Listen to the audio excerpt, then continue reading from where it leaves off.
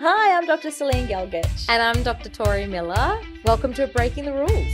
On Breaking the Rules, we talk about all things OCD. Obsessive compulsive disorder, OCD, impacts up to 1 to 2% of the population. We are here to provide not just education, but to inspire clinicians, families and people who are impacted by OCD to be able to access the treatment they need in order to get better. Catch us every fortnight, wherever you get your podcasts. Well, this is new. Very new. Change of location. We are on location in a bathroom. We are in a public toilet. Yep. This is Legit. not AI. We are seriously sitting on the bathroom floor. This is not AI generated crap. Yeah. Not a pre-cleaned bathroom either. No, just your regular Joe public toilet. Yeah. I mean, look at these beautiful pink It's tiles. adorable. It even speaks to its era. Yeah. It's cute. The pink is cute. It's gorgeous. I love it. Yes. I do love it. Nice blush pink. Yes. Yeah. Adds to the lighting. Yeah. We just thought this would be really fun. Yes. Because we wanted to, well, I mean, my thinking was we could, and I know you'd be similar, get in there and down and dirty. Yeah. And Yeah. practice what we preach. That's right. Yeah. Yeah. All right. I mean, and look, if along the way Mm-hmm. a few people's contamination themes are triggered and they have to engage in a bit of urge surfing, Yep. then I think that's great. Yes. Happy to help. Yes. So if you're listening, go to YouTube and watch us for this episode. Yeah. It's also a smart way of getting you to watch us on YouTube.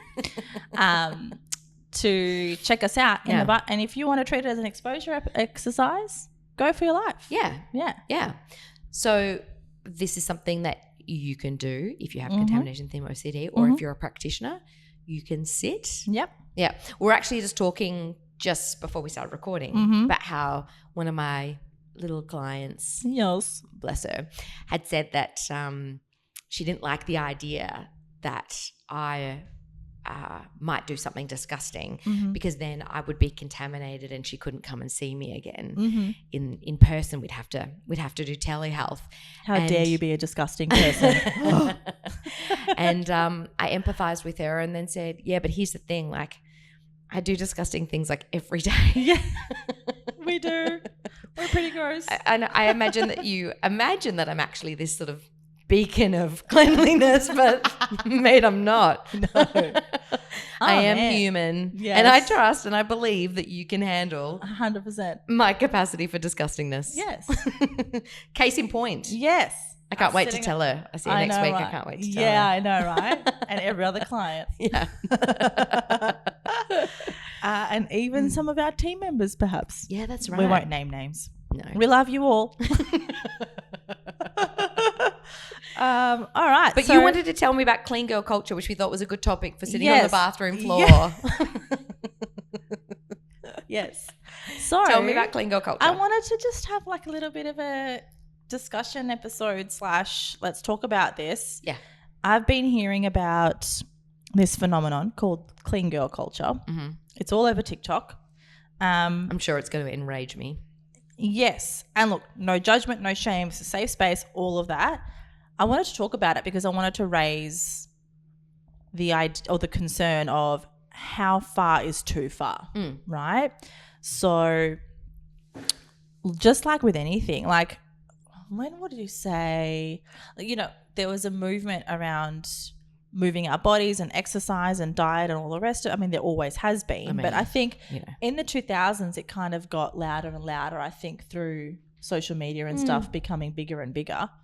And we were brought the idea of orthorexia was brought to our attention. And what orthorexia is when someone is dieting and exercising and all the rest of it to be healthy, or with the desire to be healthy, but then it goes too far. And then not coincidentally, but then they become unhealthy. Yeah. Because it's partly because maybe they're malnourished, but also partly because the impact on their life is so severe that they actually become functionally impaired. That's because right.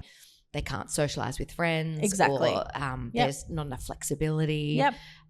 Or they're incredibly preoccupied with the thoughts of health. Yeah. That in fact they become extremely anxious or depressed. Yeah. And so It's very similar with clean girl culture. Right. Okay. But the idea of it is this idea of like, you know, keeping a simple, clean wardrobe. So like the way that you look and you dress, fresh face, fresh brows, simple hairstyles, eating clean, like all that kind of stuff. Like not too loud. Like you're talking Yeah. like neutrals. Yeah, all that sort of thing. Yeah. Like natural makeup. Going for the natural look. Yes, natural makeup, even though it's makeup. Yeah. And there's often the nothing fresh natural about it. brows. Yeah, exactly. The polished look, I guess, is basically what it is. Mostly for girls or for girls and guys as well? That is a good question. I'm not too sure, but I've been hearing around like the idea of it for girls at the moment. But it triggered a thought for me in terms of that's all well and good, you do you, but at the same time, when does that go too far? In a very similar way it would have for orthorexia, in a sense that when do we become so preoccupied with the clean girl aesthetic or lifestyle that dinner with friends isn't dinner with friends anymore? It's I can only eat certain things or do certain things, or I can only look a certain way, or I can't leave the house because the way I want to look isn't just so, and I'm getting frustrated, or my fresh makeup isn't actually looking like fresh makeup anymore and I got to start again. Well, it's the paradox of these things, isn't it? Yes. Is that in an attempt to look extremely natural and simple, it's actually quite a complex phenomenon. It often takes, I would imagine, quite a long time. Yes. Because what I'm imagining is actually a lot of time curating a wardrobe and potentially looking in the mirror. I know that lots of checking. Lots of checking. And I guess I'm curious about what the motivation behind the clean girl culture is. I mean, people who identify with this aesthetic or this lifestyle, do you know what it's about? Is it about an appearance in the way that they look? Is it about promoting, I don't know, a natural state? Like, what is it? I would say there's probably a bit of both going on in terms of not just how someone looks or wants to live in terms of what they consume, but I'm wondering, and I've often been curious about, would there be, and please don't shut me down for this, it's a thinking out loud, I'm wondering if there is a I found my people thing happening for some people who can identify with that, or if there's a level of, dare I say, superiority, right?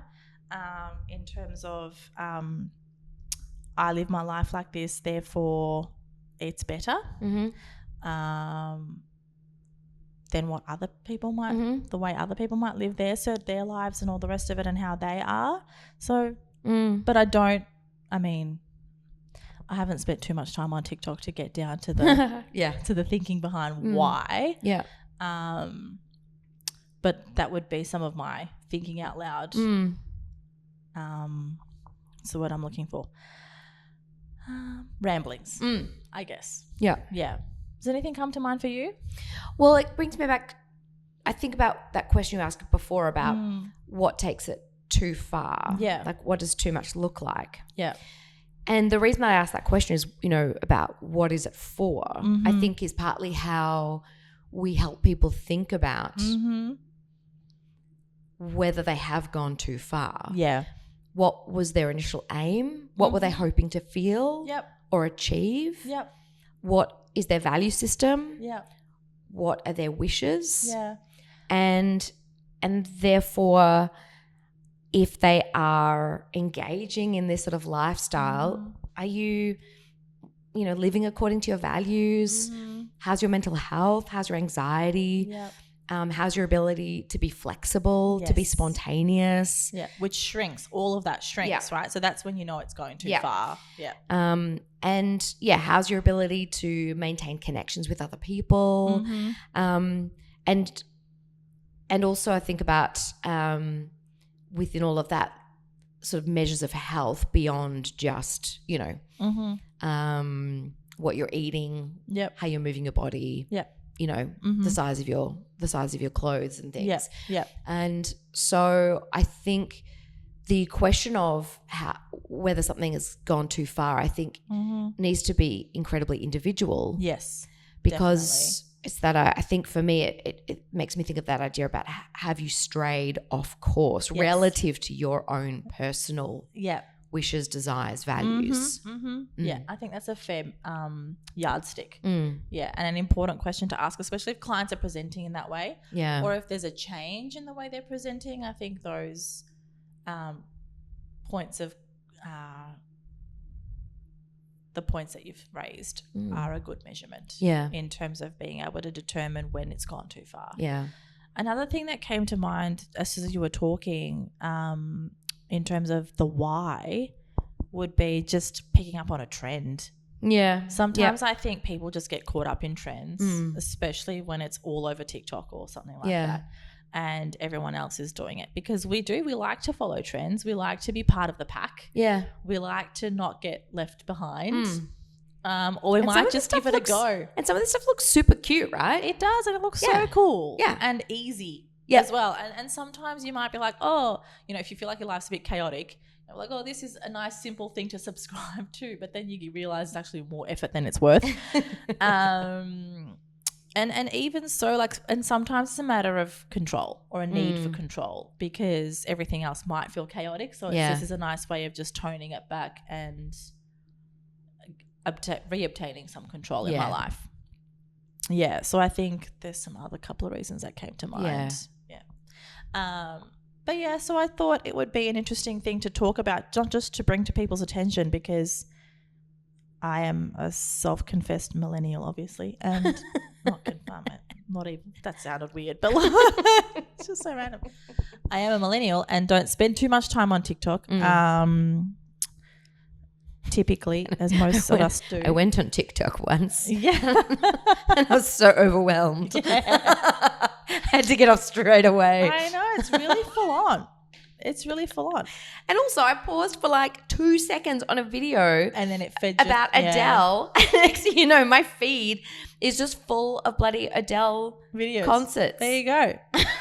But you love Adele, don't you know? So it's one of those things I thought it would be good to talk about, because we don't spend a lot of time on socials, as we probably should. But one that I thought, you know what, this could very well blend into OCD territory in terms of the over needing the potentially, when it goes too far, things like seeking lots of reassurance, lots of clarification around look and aesthetic, lots of checking behaviours, lots of agitation and frustration because things don't look or feel a certain way. Another thing that could happen is potentially an over concern for contamination as well, whether it be through not just what people are consuming in their body, but also then being preoccupied with wanting certain types of makeup that are organic or whatever. Like it could be that as well. Or changing all your cooking from Teflon to stainless steel or whatever else it might be. So think real, like, I could really imagine taking it to the next level. It flaring up contamination fears. 100%. Sure. Yes. Order and symmetry themes. Yes. As well. Themes. Yep. I can imagine. For sure. Yeah.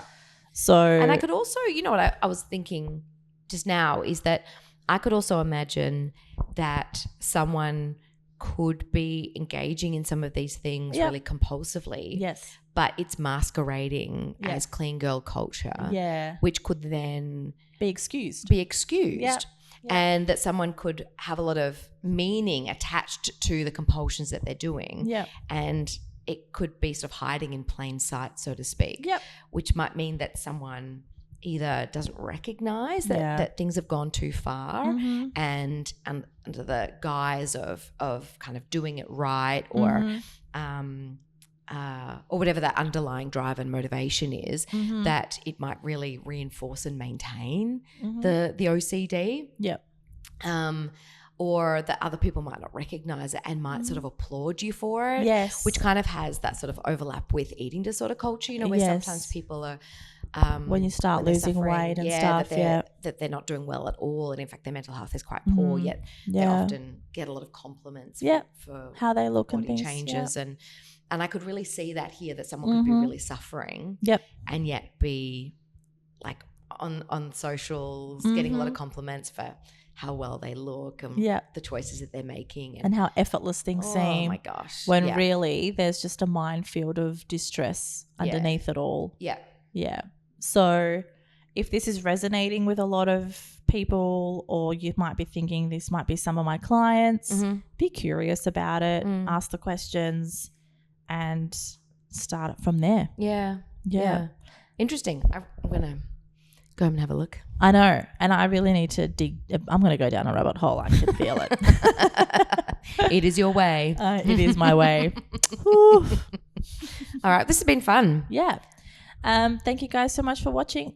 Who knows where our location is going to be next? Think of OCD themes and you can be creative with the locations. Yeah, that's right. Yeah. All right. Bye.